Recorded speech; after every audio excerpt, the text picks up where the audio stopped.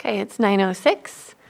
Our 6.1 item, public input. If anyone in the chambers has anything they'd like to come up and give public input for, you can state your name and have 3 minutes. Good morning. Thank you. My name is Craig Weatherby, Lake County Environmental Health. I'm joined by Chief Ciancio, North Lake Shore Fire. And we wanted to talk a little bit about the accident that happened on Highway 20. This was an overturned big rig containing cattle. It was certainly an experience that none of us were prepared for on a Friday afternoon ahead of a 3-day weekend. And didn't want to go through details of what happened, but we did want to reach out and express our gratitude to the community. At one point in time, there were 32 vehicles, both emergency vehicles and private vehicles, there to assist. A lot of cattle, unfortunately, died. However, not all of them. And the living ones survived solely because the community responded in a big way. When the call went out that we needed trailers, we needed trucks, and we needed people, the community showed up. And when I say showed up, I mean people brought U-Haul trailers. It was everything you could hope for from a community in a response to a situation that, I don't know, did you ever get training on cattle? First one? Yeah, it's not in the environmental health handbook on how to handle live cattle and unfortunately carcasses. So I wanted to reach out and talk to you and just say that we have one of the most amazing community of people, that it's why we live in a rural community, right? Because you can always count on people to help when it's time. I wanted to call out a couple of very important pieces that weren't on scene, but without their help, we couldn't have got the job done. And that was our public services director, right, Lars Ewing, who made it possible to get the landfill available so we could get some of these cattle put away, and Public Works. We had some trouble figuring out how we were going to move these cattle from the location to the rendering plant, and it turns out the county has trucks. So Public Works, without them, we would not have been able to get that job done. They got us a driver on a day off and got us a truck and got somebody there at 6 o'clock in the morning on Saturday as well, on their day off. Without their help, without Scott Harder and Scott Horning at Special Districts, Public Works, and Public Services, we would not have got that job done. I just want to say thank you to them. Hello, Mike Ciancio. Let me just hold on one sec. I just want to make sure you get your full 3 minutes. I'll make it quick. No, get 3 minutes. All right. Thank you, Chief. Yeah, Mike Ciancio, North Shore Fire. This happened in our district. In 36 years, I've never had one of those happen. We have a lot that go up and down, not only cattle trucks, but other things that go up and down Highway 20 from the valley, Sacramento Valley, to the 101 corridor. Shows how important it is to be kind of all risk. And for certain, there's room for improvement on this call. But I agree with Craig. We couldn't have done it without the help of the community.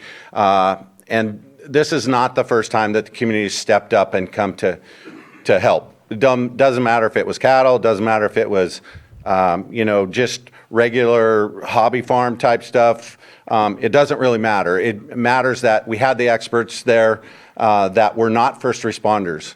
And so very appreciative of everyone that came out. We had people from 3 counties respond as volunteers. Mendocino, people came as far away as from Orland. So we had a lot of help on that one. The room, like I said, room for improvement, but we'll be reviewing that, and we'll be prepared for the next one. So the last one was 20 years ago, almost to the month. So that's how often or not often it happens. Unfortunately, it's our responsibility to try to respond. So thank you, and thank you to the community that helped out. Thank you both for coming in today, and we do live in an incredible place. It's whenever the community is needed, they always step up. So thank you so much. Do we have anyone else for public comment? Good morning, everybody. I'm Skyla Lewa. I'm with Pillsbury Family Farms, and we recently just had a cannabis inspection, which is to be expected. What was not expected was to have the employee who come out clearly violate Penal Code 632, which is where when somebody comes to your property, they have to get your consent to record.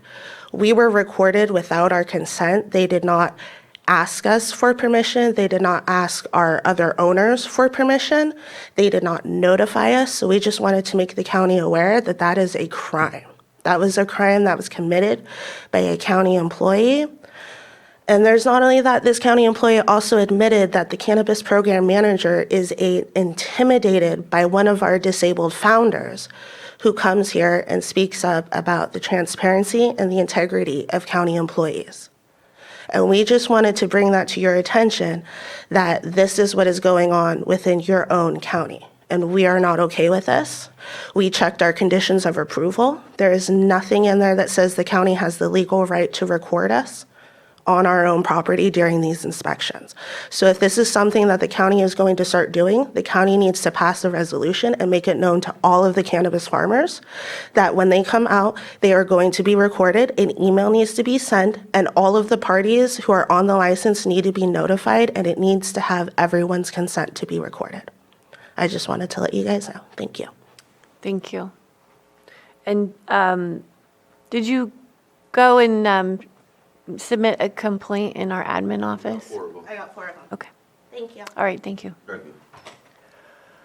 Anyone else with public comment? Anyone in the Zoom room? Oh, come on up.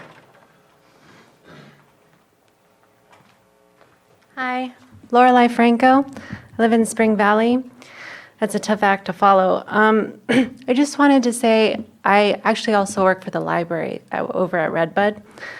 That I was noticing on the website about the library that there was a library advisory board, and I was wondering how come all the seats are vacant. And so I was kind of curious about that. And that's all. I'm not interested in being one, but I was kind of hoping that maybe those would get filled because I feel like, community participation is very important in terms of getting, the right stuff going on. So that's all. Oh, okay. Thank you so much. You're welcome. We can look into that. Anyone else? Anyone in the Zoom room?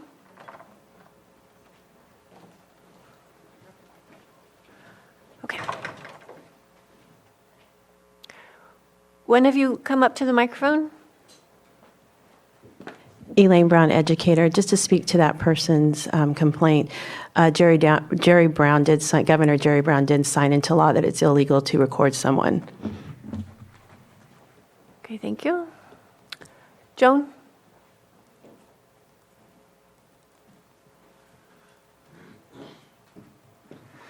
Joan Moss, citizen. I am disappointed I didn't make it in time. I wanted to pull the consent agenda 5.1, I think it is, the tree mortality. Was it already pulled? And last time, when I pulled that item in the morning, I was never called on in the afternoon for a public discussion of that consent agenda. I waited all afternoon, and it was supposed to be brought up according to the Brown Act. Thank you. Well, I would have to get a motion from the board to reopen consent. The last time you did pull it, we did bring it up at the end of yes, we did. We could check the minutes, we can check the video, but we did, and you weren't here. And at the end of the day, we have to close out the meeting, and that was an outstanding item, and we did address it. So I would have to get a motion from the board to reopen consent and pull an item. I think we pulled the item she wants. Five- It's 5.2. Well, the It's the 5.2 tree one. is, well, there's The two. declaration. She wants to pull the declaration. I don't know that that was clear. Which item? Can you give us the number? And come back up to the microphone, please.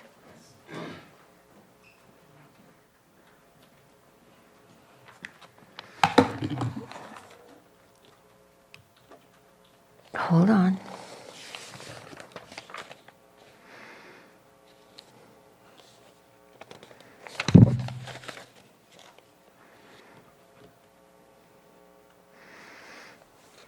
Thank you for waiting.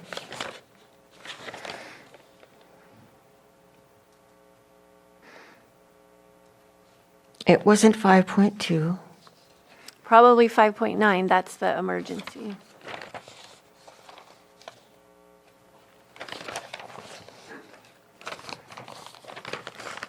I'm nervous. Sorry. Yes, it was 5.9. Thank you. I had the wrong number anyway, but it was 5.9. Thank you. Madam Chair, move to reopen the consent agenda. Second. All in favor? Aye. Opposed? No. Okay. Madam Chair, I move to approve the consent agenda with the exception of 5.2, 5.5, 5.9, 5.14, 5.15, and 5.18. Second. All in favor? Aye. Opposed? Okay, motion passes. So you're going to have to be here the whole time. I tried. I waited and waited. I know, I know. We've got a lot of consent items to pull today, so I think we'll be doing that as soon as we get through our short agenda. Okay. I think we're done with public input now. We'll close public input.